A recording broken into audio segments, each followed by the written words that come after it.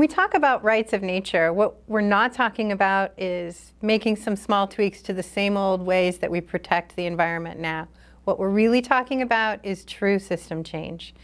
Nature is a system governing our well-being. We're a part of it. We depend on the natural cycles for everything. And yet, when we look at our system of law, our law treats and understands nature not just as something apart and away from us, but actually as property, something that belongs to us, something that we can do with our property whatever we choose. And under our current structure of law, what we've really chosen to do is to dominate nature. I think we have to admit that under the legal system that we have now, and when we talk about law, what we're really talking about is how we use power to reflect and make real our values as a society. And whether we like to admit it or not, our current laws place commerce at a higher value than the environment. The fact that blowing the tops off of mountains, legal. Dumping millions of tons of toxins into the water every day, legal. Mining for oil deep underneath the ocean's crust, legal. And the thousands and millions of things that actually creep into our communities every day, dangerous and unwanted activities that create sacrifice zones of the communities that we live in. I think we have to admit that our notion of environmental protection has gone awry someplace. What is climate change but nature telling us that we've exceeded the limits of nature's law? So when we talk about system change, what we're talking about is, what if we had a legal system that actually reflected our relationship with nature, how we interact with nature in a way that is balanced, in a way that is sustainable? And again, that's not just about making a few tweaks to the system we have now. Corporations, in the eyes of the law, they have a bevy of protections and privileges that even we as human beings don't have. Under the Constitution, corporations have access to personhood, and they're protected under the Commerce Clause and the Contracts Clause. And corporations themselves are developed by state charters that allow them to do to form a corporation, to make business out of anything that's legal. So so all of those activities that are in our communities every day that are dangerous and unwanted, legal, and we don't actually have the power to say no. So what we do have the power to do is to regulate those behaviors. And although it's not said very often, corporations, the industry to be regulated is often often the same people that are actually writing those laws. So again, when we talk about putting commerce above nature, that's what we're doing. So we don't have the ability to say no to the unwanted and to the dangerous, but we have the ability to regulate those activities, which means the activities that are dangerous are legal and allowable, and all we can do is make them a little less bad. How do you make mountaintop removal a little less bad? And so when we look at the environmental protection that we've used, this regulatory system, we have protected a lot under that system. We absolutely have. Where would we be without the hard work of hundreds and millions of people working to protect the environment every day? But when we take a step back and we say that after 40 years of environmental regulation, we're worse off today than we were 40 years ago by virtually every possible environmental indicator, then it's time to say, this is not a system that we can actually fix. Maybe it's time to look for something absolutely new. Maybe it's time to protect nature in a whole new way. What would it look like if nature itself had rights? What does it mean to have rights in the first place?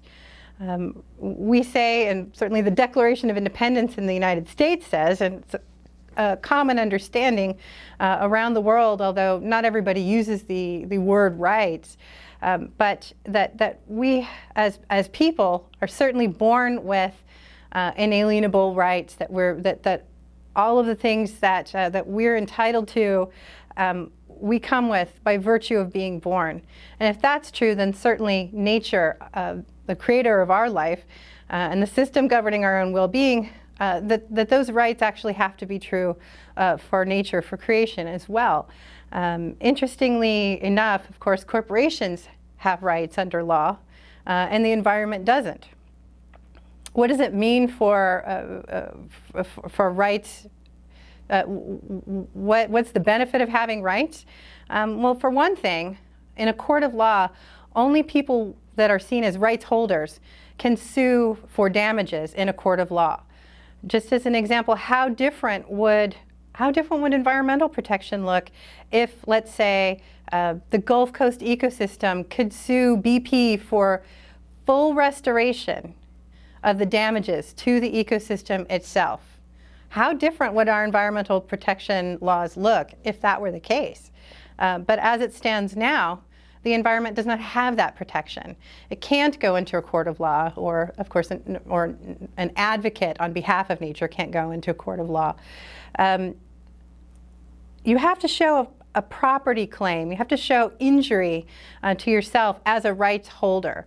And so nature then is, as property, doesn't have that protection.